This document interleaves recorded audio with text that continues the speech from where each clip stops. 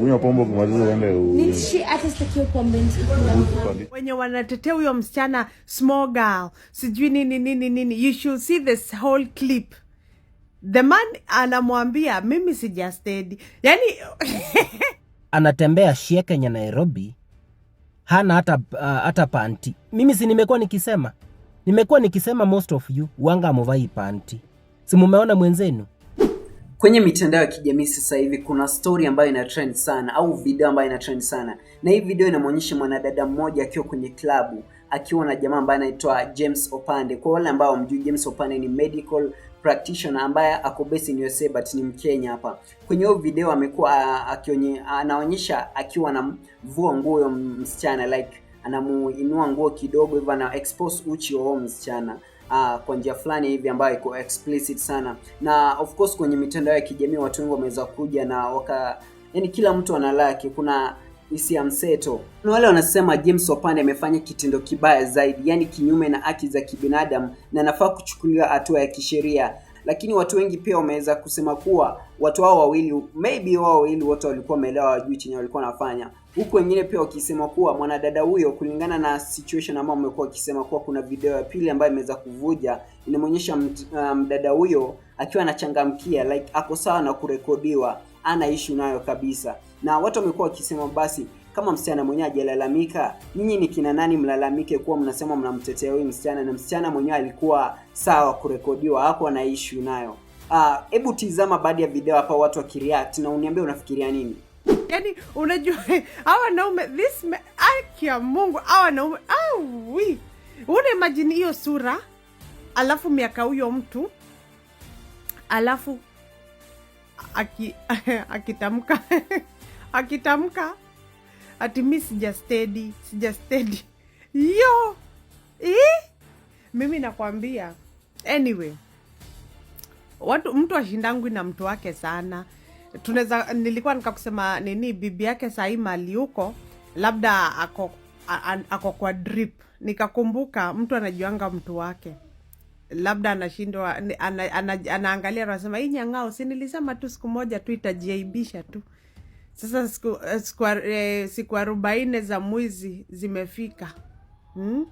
Ambao anasemanga mjinga ni yeye aliuawa ama sijui nini. Kwa sababu tell me why not only anachukua kamera, ana video, ana take video huyo dem, still ana face. And that man ile kitu alikuwa hakuwa anajua nini, hakuwa anajua social media ni noma. Kwa sababu in that clip hakuna mali yeye amejipiga nini, amejitake kwa hiyo video. Lakini ametake hadi nani, ametake hadi mabeshte zake. Because nasikia akiambia huyo nani, venye anaambia huyo dem hajastedi sijui nini. Na sasa sijui anaambua jaribu nani, na huyo upande anamwambia jaribu sijui nani, alafu anasema huyo hawezani. Ako kadem saka anasema huyo hawezani. Alafu sasa hao mabuda sasa ni zile unajua akiongea tu wanaongea tu kabila tu ingine hapo tu. Sasa ni kama ile you can tell labda wanamsengenya. So mwenye anaelewa hiyo lugha tu ndiye anaweza sema. Haya basi. Ujaona video part 2. Huyo msichana alikuwa anaona kirekodiwa, alinotice anarekodiwa na James Opande. Part 2 ya hiyo video, huyo msichana alikuwa comfortable akirekodiwa.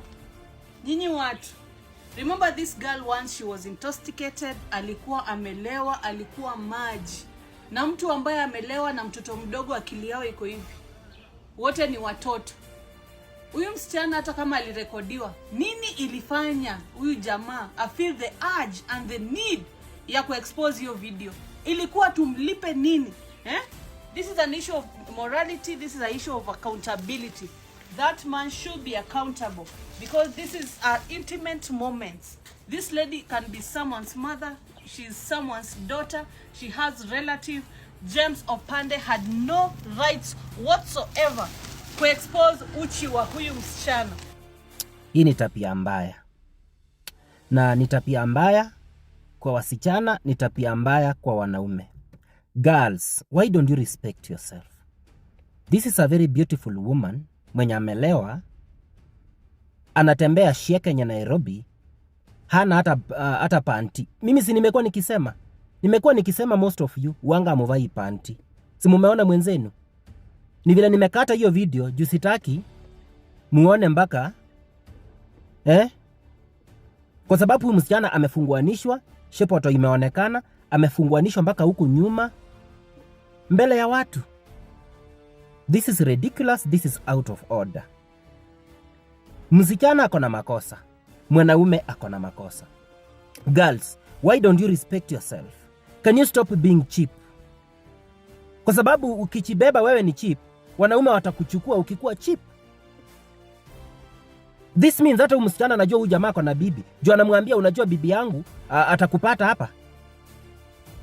Msichana anajua vizuri this is a married man, but bado anaenda kwa huyo mwanaume bila suruali.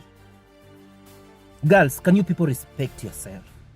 That is my thoughts. Then number 2, wanaume, can you stop taking advantage of these women? Because at the end of the day, ulimfungua. Kama ni zile siku za kitambo walikuanga wanasema kama wewe ni ndugu na dada yako ako Kenya ama hana nguo, unachukua leso unamfunika.